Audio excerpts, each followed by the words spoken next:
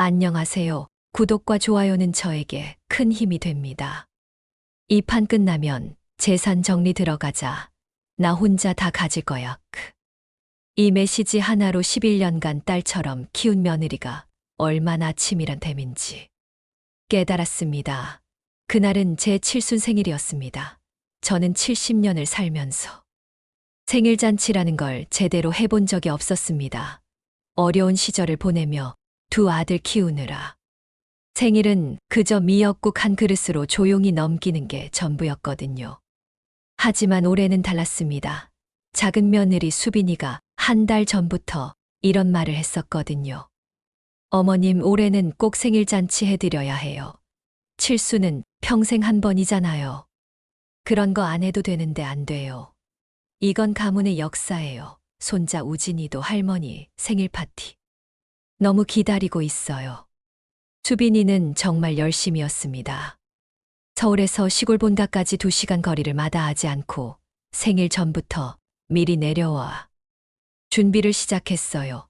저는 그 모습을 보며 가슴이 뭉클했습니다. 내 친딸도 이렇게까지 해줄까 싶을 정도였거든요. 수빈이는 전날부터 마당에서 분주히 움직이고 있었습니다. 어머님, 포토존은 여기 어때요? 오후에 햇살이 예쁘게 들어올 것 같은데요. 손에는 LED, 전구 4줄과 직접 만든 꽃바구니 3개가 들려 있었습니다. 아이들 이름표까지 하나하나 정성껏 써서 붙여놨더군요. 수빈아, 너 이거 다 언제 준비했니? 10일 전부터 유튜브 보면서 검색했어요. 어떻게 하면 어머님이 좋아하실까 싶어서요. 그 말에 저는 또 눈시울이 붉어졌습니다. 수빈이는 결혼한 지 5년이 됐지만 여전히 저를 친어머니처럼 대해줬거든요. 이렇게까지 안 해도 되는데, 어머님, 제가 처음 이 집에 왔을 때를 기억하세요. 아무것도 모르는 저를 딸처럼 받아주셨잖아요. 이제 제가 어머님께 효도할 차례예요. 수빈이의 그 말이 얼마나 고마웠는지 모릅니다. 반면 큰며느리 지영이는 좀 달랐습니다. 보통 명절이나 중요한 날이면 미리 연락을 해서 어머님, 뭐 준비할 거 있어요? 정도는 물어봤었는데 이번엔 아무 소식이 없었어요. 어머님, 형님은 언제 오신대요? 수빈이가 조심스럽게 물었습니다. 글쎄다, 아직 연락이 없네. 혹시 요즘 많이 바쁘신가요? 지난번에 아주버님이 회사 일이 힘들다고 하던데 수빈이는 항상 이렇게 다른 사람을 배려했습니다. 본인이 아무리 힘들어도 다른 가족을 먼저 걱정하는 아이였어요. 생일 당일 아침 저는 6시에 잠에서 깼습니다. 부엌에서 수빈이가 바쁘게 움직이는 소리가 들렸거든요. 수빈아, 왜 이렇게 일찍 일어났니? 어머님, 음식 준비해야 해요. 떡이랑 전. 샐러드까지 시간이 많이 걸려요. 혼자서 어떻게 다 해? 내가 도와줄게. 안 돼요. 어머님은 오늘 주인공이세요. 그냥 예쁘게 차려입고 계시면 돼요. 수빈이는 정말 새벽부터 저녁까지 쉬지 않고 일했습니다. 심지어 150cm짜리 롤케이크까지 주문해서 직접 초콜릿 펜으로 축칠순이라고 써놨더군요. 오전 11시쯤 드디어 현우에게서 전화가 왔습니다. 어머니, 저희 지금 출발해요. 차가 막혔어. 2시 반쯤 도착할 것 같아요. 그래, 조심히 와라. 지영이는 괜찮니? 네, 괜찮아요. 그냥 좀 피곤해하긴 하는데 생신이니까. 가야 한다고 하네요. 전화를 끊고 나니 뭔가 이상한 느낌이 들었어요. 평소 지영이라면 직접 전화해서 어머님, 오늘 생신 축하드려요. 라고 먼저 인사했을 텐데 이번엔 현우만 연락을 하더군요.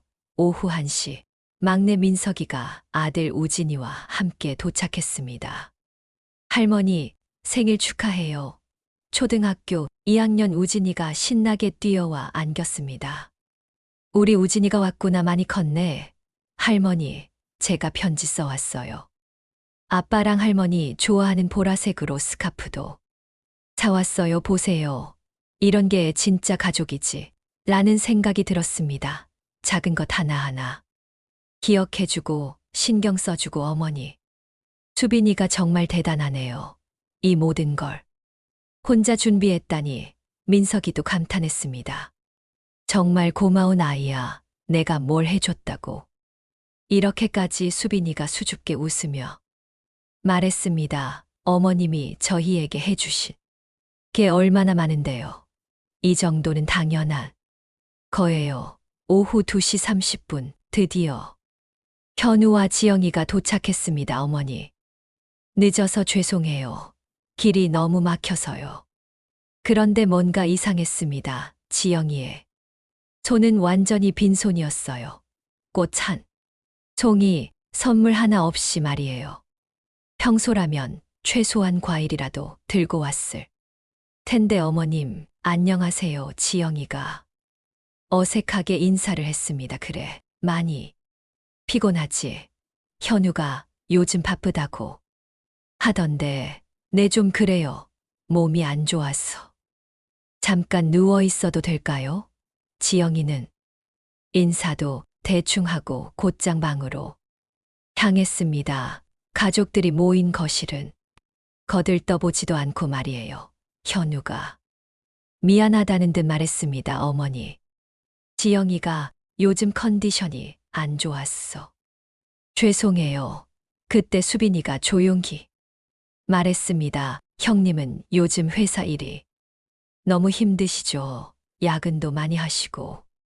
그래도 와주셔서 다행이에요. 수빈이는 본인이 전날부터 와서 혼자 모든 준비를 했으면서도 다른 사람을 감싸주고 있었어요.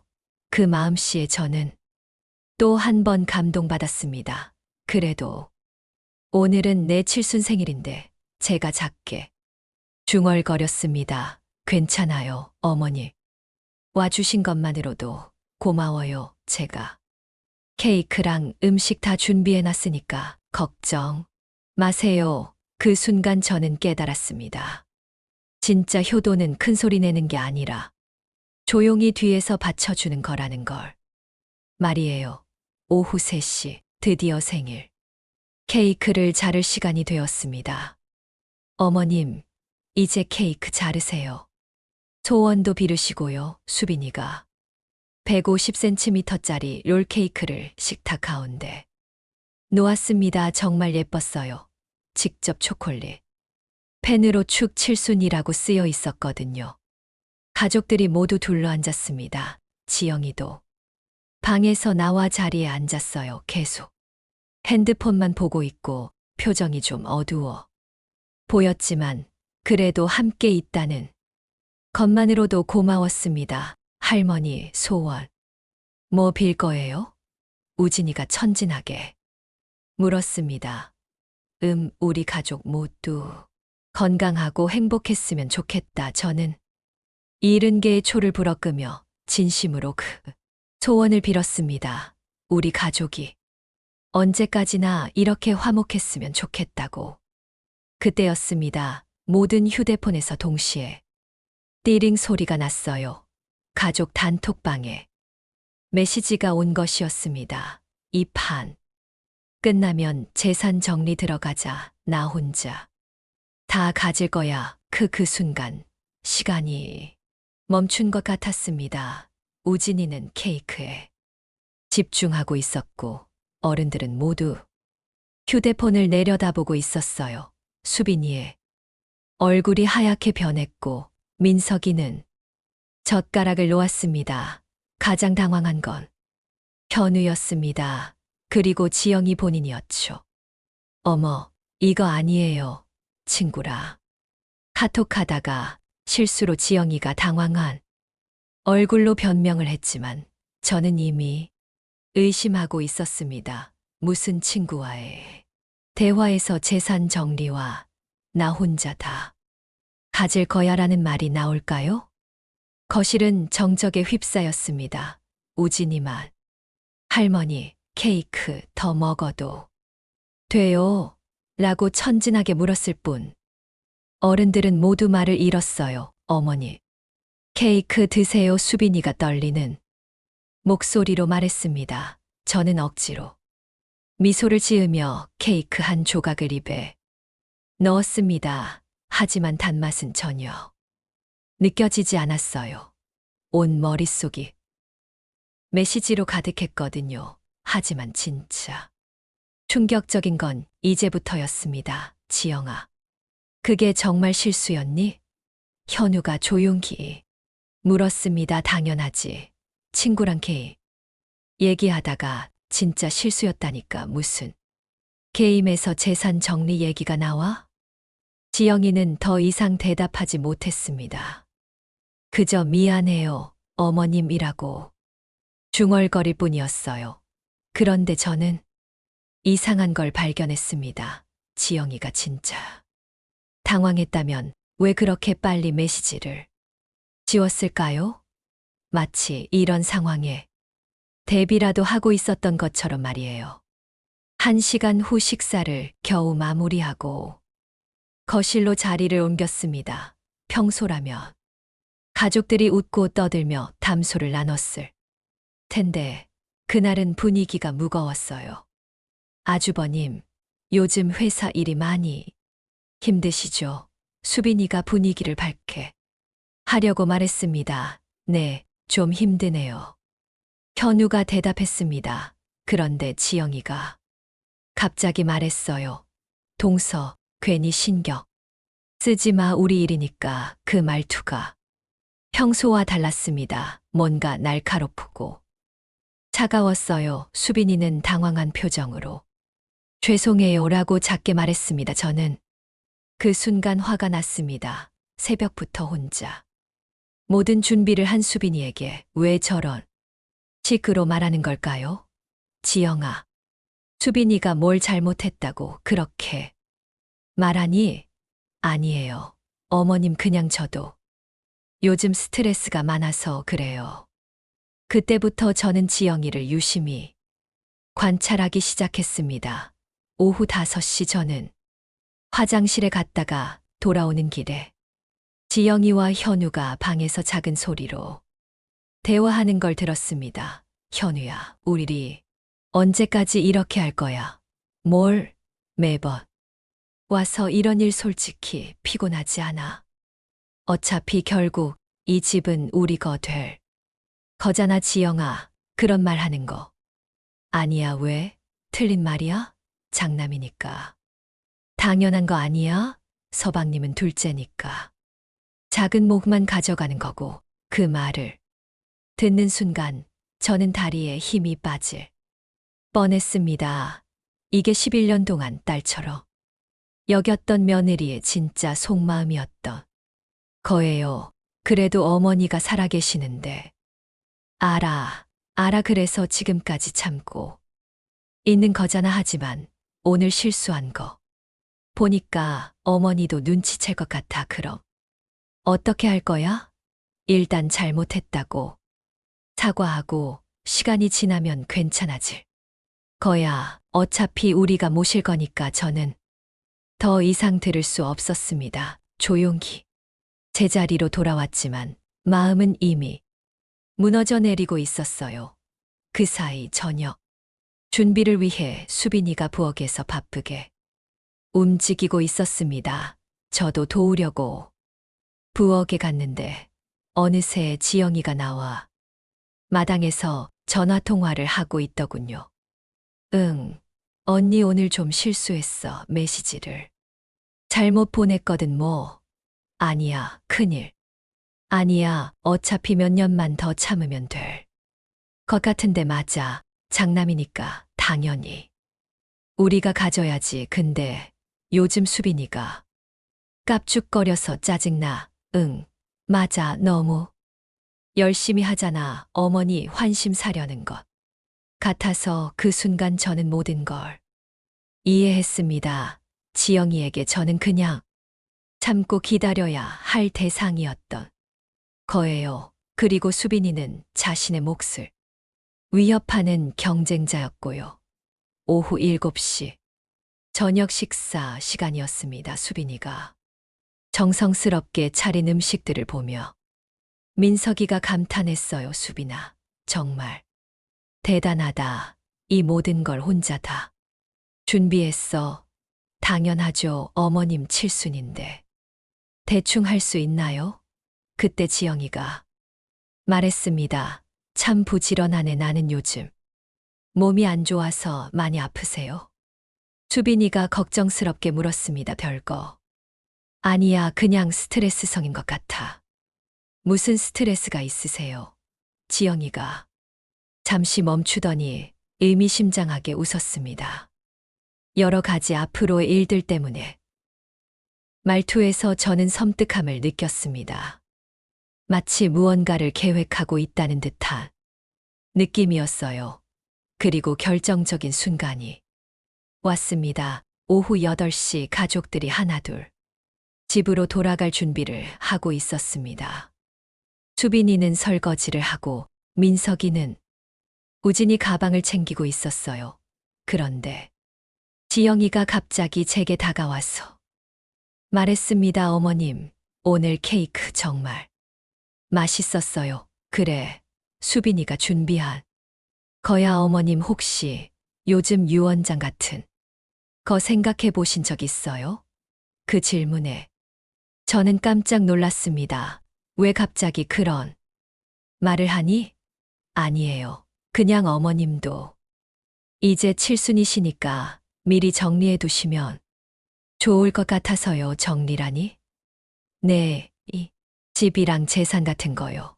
보통 장남이 물려받는 게 전통이잖아요. 그 순간 저는 온몸에 소름이 돋았습니다. 지영이는 내 생일날 제 앞에서 대놓고 재산 이야기를 꺼내고 있었던 거예요. 지영아, 그런 얘기는 너무 이르지 않니? 이르긴요. 요즘 세상에 미리미리 준비하는 게 좋아요. 그래야 나중에 문제가 안 생기죠. 지영이의 눈빛이 변했습니다. 평소에 선량한 며느리 모습은 온데간데 없고 차갑고 계산적인 표정이었어요. 특히 서방님이라 비교해서 불공평하지 않게 해주셔야죠. 저희가 장남이니까요. 그 말에 저는 더 이상 참을 수 없었습니다. 지영아, 넌 지금 뭘 요구하는 거냐? 요구가 아니라 당연한 거 아닌가요? 어머님도 아시잖아요. 그때 수빈이가 설거지를 마치고 나왔습니다. 어머님 무슨 얘기하세요? 지영이가 수빈이를 보더니 말했습니다. 동서도 들어봐. 어머님께 상속이 얘기하고 있었거든. 상속이요. 이 집 말이야. 보통 장남이 물려받는 게 맞잖아. 수빈이의 얼굴이 굳었습니다. 그런 얘기는 너무 성급한 것 같은데요. 성급하긴 어머님 칠순인데. 언제 기다리니? 그 순간 제 인생에서 가장 분노가 치밀었습니다. 네. 생일날 제 앞에서 제가 죽기도 전에 우리 재산을 나눠 가지려는 며느리를 보고 있자니 참을 수가 없었어요. 남편은 이 사실을 모른 채 손자와 놀고 있었어요. 지영아, 네. 어머님 넌 이미 내 유언장에서 빠졌다. 그 말에 지영이의 표정이 완전히 바뀌었습니다. 뭐라고요? 내가 그렇게 나온다면 나도 가만히 있지 않아. 11년간 참고 지켜본 것들 다 털어놓을 거야. 어느새 현우가 다가와서 당황한 얼굴로 말했습니다. 어머니. 무슨 현우야? 너도 알고 있었지? 네. 아내가 어떤 생각을 하는지. 그날 밤 모든 가족이 떠나고 남편과 단둘이 앉아 있을 때 저는 결심했습니다. 이제 정말로 유언장을 바꿔야겠다고 말이에요. 하지만 지영이의 본격적인 계획은 이제부터 드러나기 시작했습니다. 그 사건이 일어난 지 정확히 3일 후 현우에게서 전화가 왔습니다. 어머니, 지영이가 어제 밤부터 계속 울고 있어요. 왜? 어머니가 유언장에서 빼겠다고 하신 것 때문에 너무 상처받았대요. 저는 어이가 없었습니다. 자기가 먼저 그런 메시지를 보내놓고 이제 와서 상처받았다고요? 현우야, 내 아내가 무슨 짓을 했는지 모르니? 어머니, 그거 정말 실수였어요. 지영이가 친구랑 실수. 너도 그렇게 생각하니? 그때 현우가 한 말이 저를 더욱 충격에 빠뜨렸습니다. 어머니 사실. 지영이 말이 아주 틀린 건 아니잖아요. 뭐라고? 어머니, 솔직히 말씀드릴게요. 제가 장남이니까 이 집은 당연히 제 소유예요. 법적으로도 그렇고요. 그 순간 저는 깨달았습니다. 현우도 지영이와 같은 생각이었구나. 현우야, 너도 그런 마음이었니? 어머니, 그게 아니라 그냥 일반적으로 그런 거잖아요. 큰아들이 부모님 모시고 집도 물려받고 전화를 끊은 후 저는 남편에게 모든 걸 털어놨습니다. 여보, 현우까지 그런 생각이었어. 지영이만의 문제가 아니야. 그럼 어떻게 할 거야? 이제 정말로 유언장을 바꿔야겠어. 일주일 후 목요일, 지영이가 혼자 찾아왔습니다. 어머님, 정말 죄송해요. 지난번 일 때문에 어머님께 상처드렸어. 정말 죄송해요. 지영아 어머님, 저 정말 반성하고 있어요. 그 메시지는 진짜 실수였어요. 지영이는 눈물을 흘리며 말했습니다. 요즘 친정 아버지 사업이 안 되셔서 스트레스가 너무 많았어요. 그래서 친구한테 하소연하다가 친정 아버지, 네, 빚이 좀 있으셔서 저희가 도와드리고 있거든요. 어머님. 저는 정말 어머님을 친어머니처럼 여기고 있어요. 그런데 이런 오해가 생겨서 하지만 저는 뭔가 이상함을 느꼈습니다. 지영이의 눈물이 너무 자귀적으로 보였거든요. 마치 연기하는 것 같았어요. 지영아, 그럼 앞으로는 그런 일 없겠지. 네, 절대요. 어머님께 효도만 하면서 살겠어요. 그런데 지영이가 돌아간 지 2시간 후 민석이에게서 충격적인 전화가 왔습니다. 어머니, 형수님이 수빈이한테 이상한 얘기를 했어요. 뭔 얘기? 수빈이가 어머니한테 너무 잘해서 기분 나쁘다고 적당히 하라고 했대요. 뭐라고? 그리고 어머니 재산이 얼마나 되는지 아냐고 물어봤대요. 그 순간 저는 지영이의 진짜 목적을 알 수 있었습니다.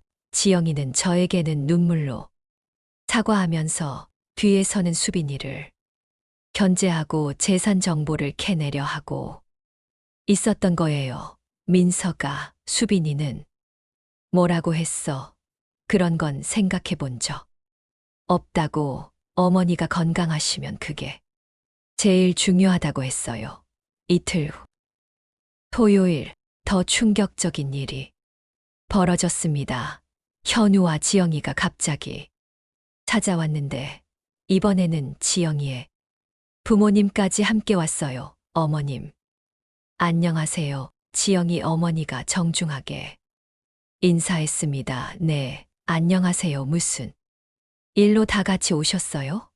지영이 아버지가 나서서 말했습니다. 사실은 상속 문제 때문에 왔습니다. 상속 문제요?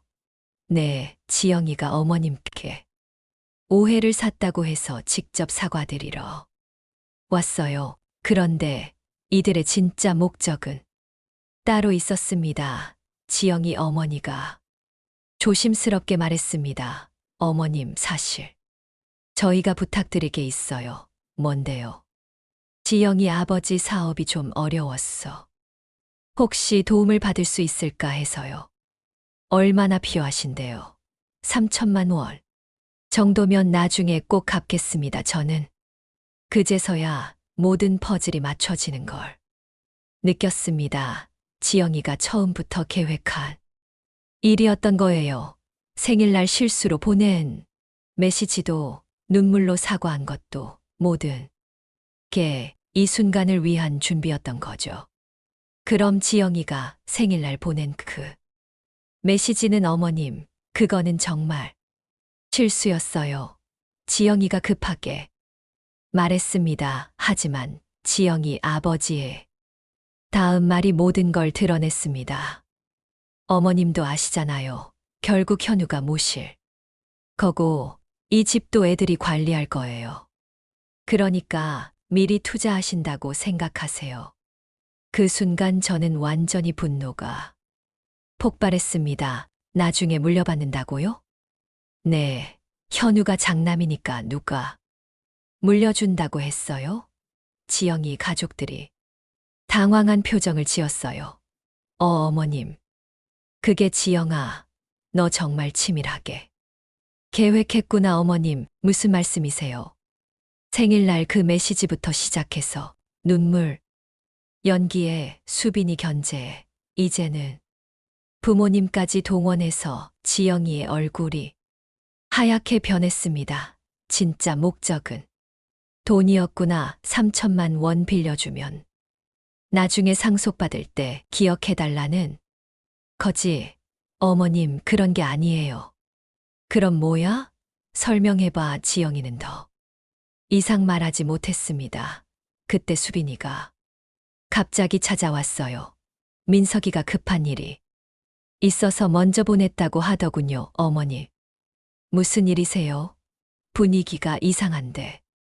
지영이가 수빈이를 보더니 말했습니다. 수빈이도 왔으니까 같이 들어봐, 어머니.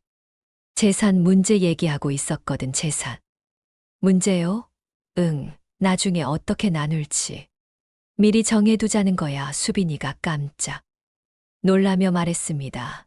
저는 그런 거 생각 안 해봤는데요. 생각 안 해봤다고? 그럴 리가 없지. 정말이에요. 어머님이 건강하시면 그게 제일 중요한 거예요.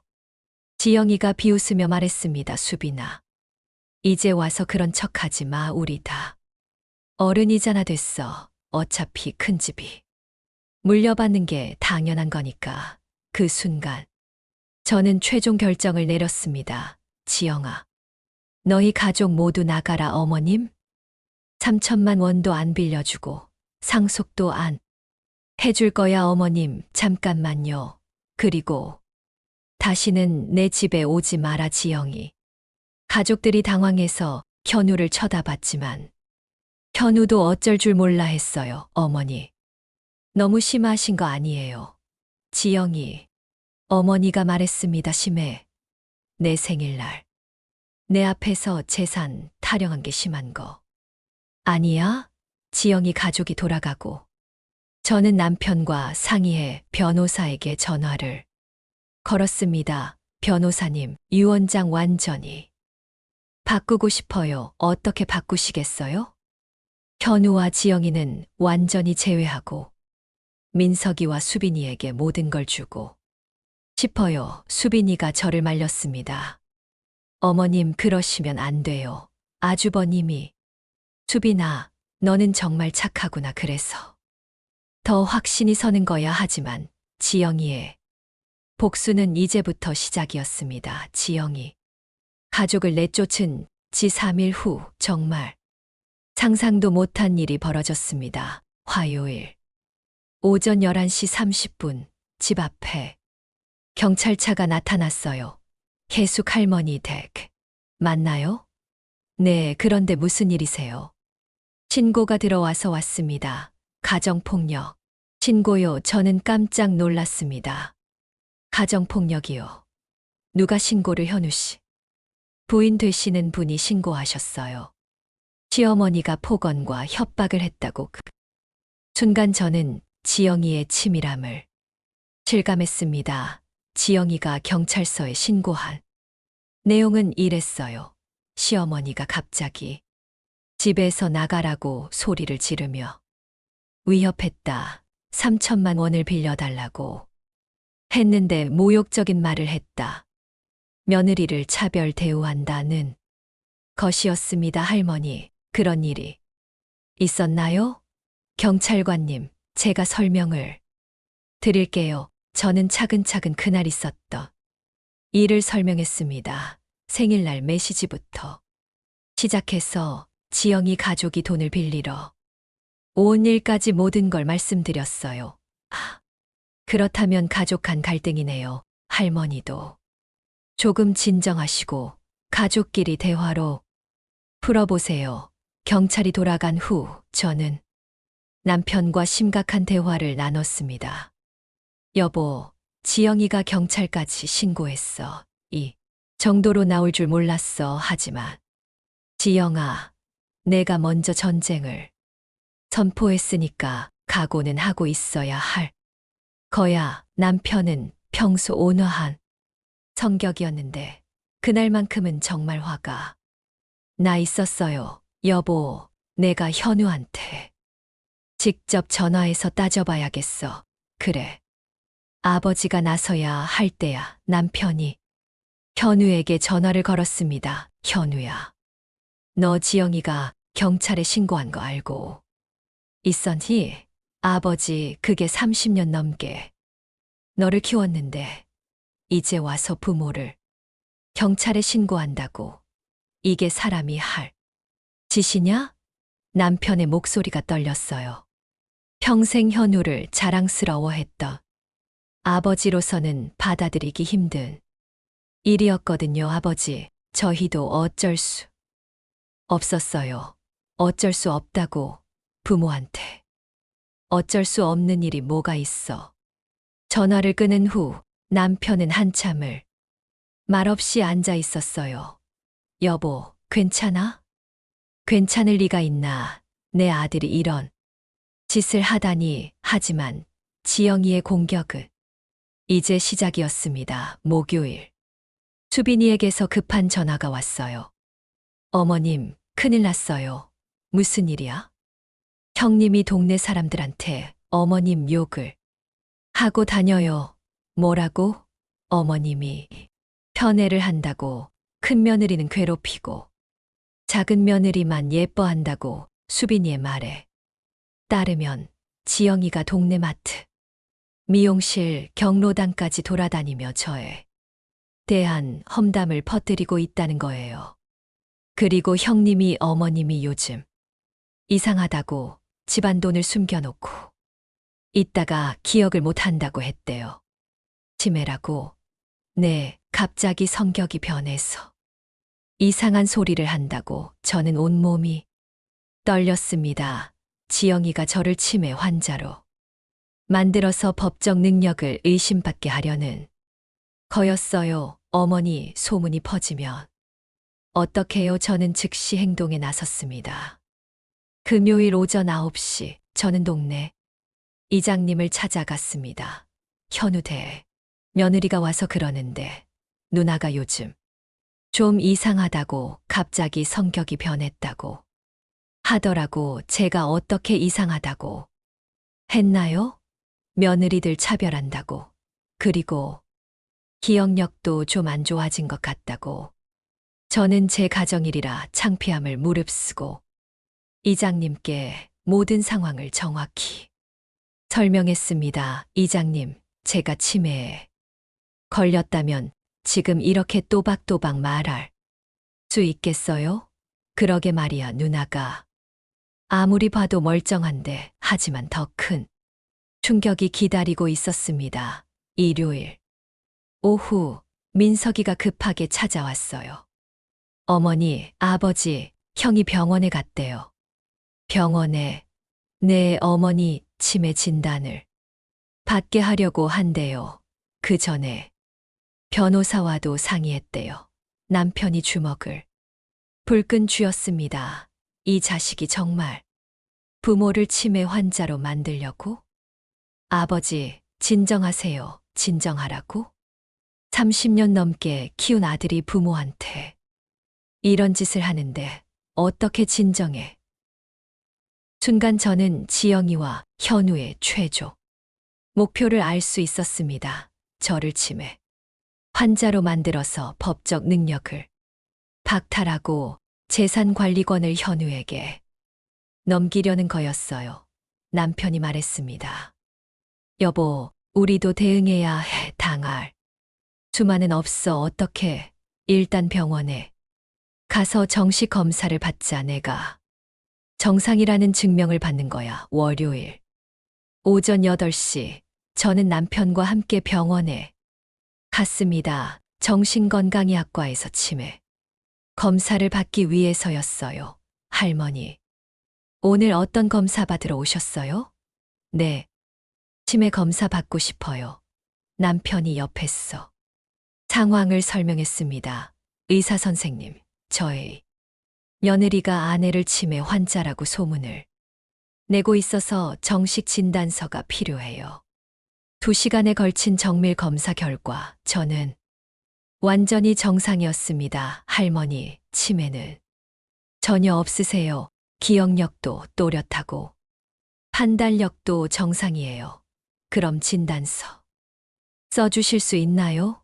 물론이죠. 화요일.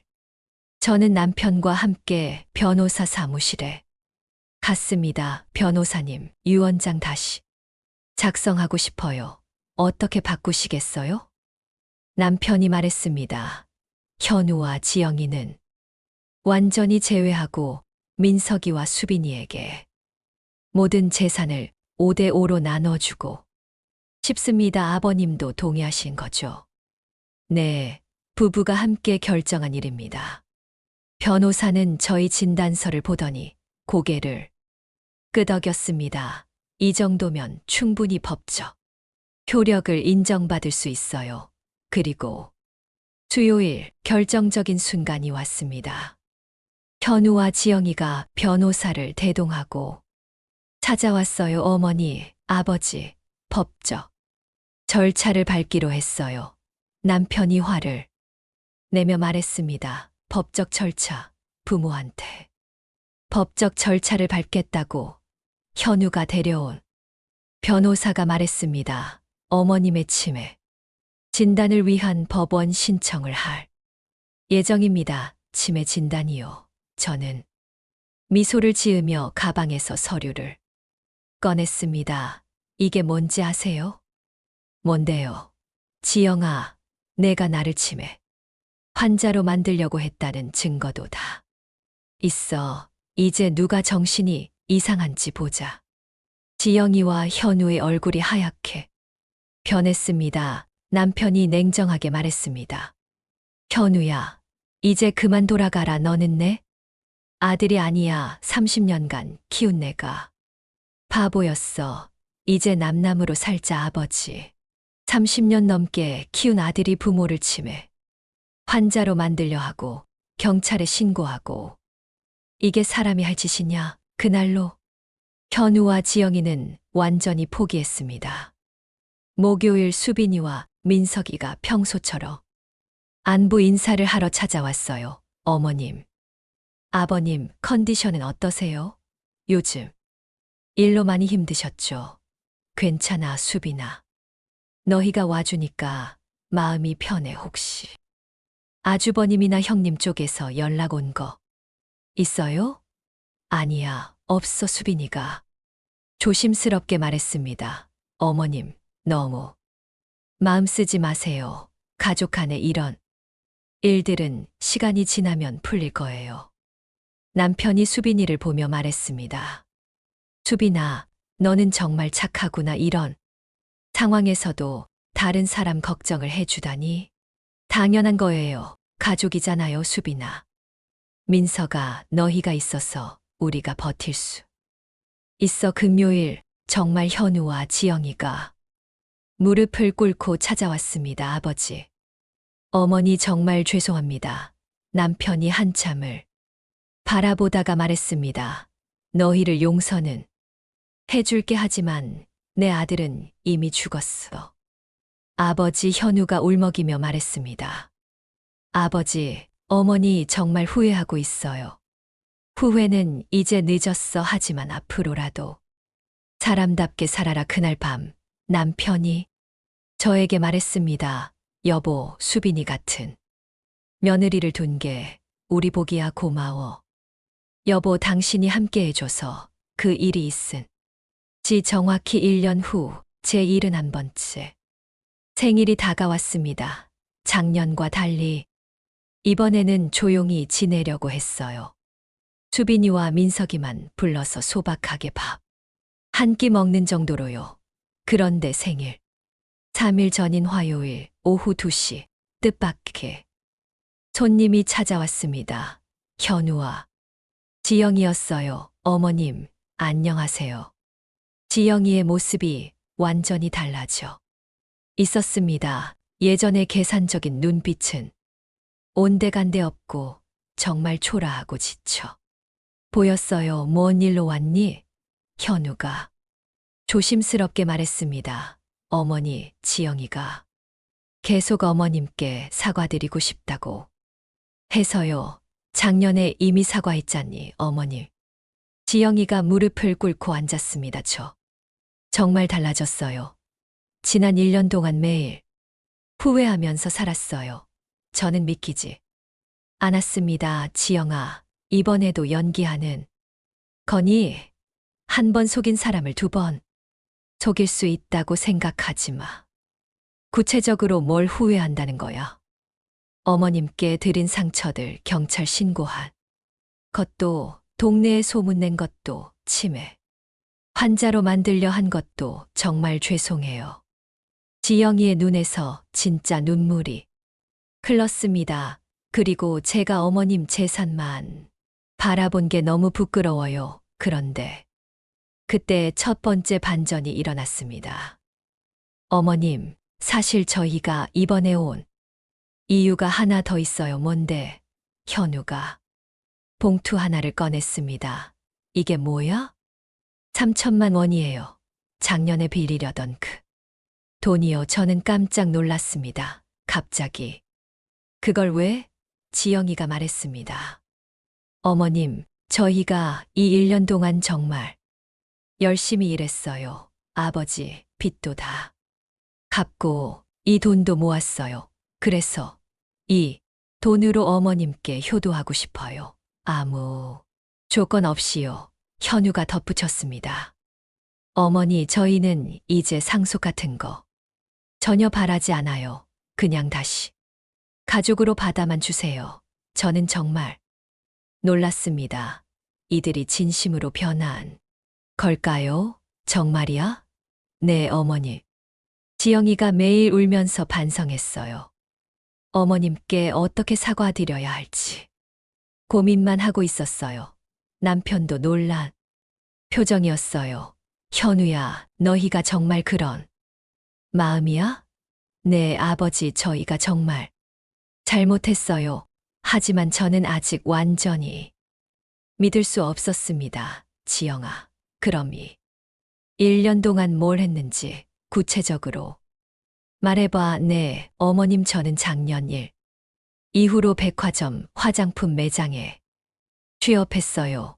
하루 종일 서서 일하는데 정말 힘들어요. 현우는 저는 회사에서 야근을 더 많이 하고 주말에도 나가서 일해요. 추가 수당을 받기 위해서요. 지영이가 계속 말했습니다. 어머님, 그렇게 일하면서 깨달았어요. 노동의 소중함을, 돈의 가치를. 그리고 아버님, 어머님이 평생 얼마나 고생하셨는지를요. 어머님이 이 집을 마련하기 위해 얼마나 힘드셨을지. 저희가 그걸 당연하게 여겼던 게 정말 부끄러워요. 현우도 말했습니다. 어머니, 제가 매일 새벽 6시에 출근해서 밤 10시에 들어와요. 그러면서 생각했어요. 어머니와 아버지가 저희를 키우느라 얼마나 힘드셨을지. 정말 그런 마음이야? 네, 어머니, 저희는 이제 정말 달라졌어요. 부모님께 효도만 하면서 살고 싶어요. 그때 수빈이가 나타났습니다. 우연히 놀러 온 거였어요. 어머님, 아주버님, 형님도 오셨네요. 수빈아, 안녕. 지영이가 수빈이에게 말했습니다. 수빈아, 내가 너한테 정말 미안해. 작년에 그런 말들 해서. 형님, 그런 얘기는 그만해요. 아니야, 꼭 말하고 싶어. 너를 질투하고 견제한 내가 정말 부끄러워. 그 순간 저는 지영이가 정말 변했다는 걸 확신했습니다. 작년에 지영이라면 절대 수빈이에게 이런 말을 하지 않았을 거거든요. 지영아, 너 정말 달라졌구나. 네, 어머님 이제 수빈이를 본받고 싶어요. 어떻게 하면 어머님께 진짜 효도할 수 있는지 배우고 싶어요. 수빈이가 감동한 표정으로 말했습니다. 형님, 우리 이제 정말 가족처럼 지내요. 고마워. 수빈아. 지영이가 계속 말했습니다. 어머님, 저는 이제 화장품 매장에서 일하면서 많은 걸 배웠어요. 손님들한테 친절하게 대하는 법도, 인내심도. 힘들지 않니? 처음엔 힘들었는데 이제는 보람을 느껴요. 제 힘으로 번 돈으로 어머님께 효도할 수 있다는 게 기뻐요. 그리고 제 71번째 생일날 2번째 반전이 일어났습니다. 오후 3시 가족들이 모두 모인 자리에서 저는 중대한 발표를 했습니다. 오늘 너희들한테 할 중요한 얘기가 있어. 무슨 얘기세요? 작년에 유언장을 바꿨다고 했지. 그런데 오늘 그 유언장을 다시 바꾸기로 했어. 지영이가 놀란 표정을 지었어요. 어머님, 현우와 지영이도 다시 포함시킬 거야. 그 말에 현우와 지영이가 눈물을 터뜨렸습니다. 어머니 정말이에요. 응, 하지만 조건이 있어. 무슨 조건이요? 너희들이 진심으로 변했다는 걸 증명해야 해. 앞으로 5년간 매달 용돈 보고 집안일도 다 해. 그럼 그때 다시 생각해 볼게. 그리고 이 집은 당분간 우리가 계속 살 거야. 나중에 우리가 없어지면 그때 4명이 의논해서 정해. 수빈이가 말했습니다. 어머님, 저는 그런 거 안 받아도 돼요. 수빈아.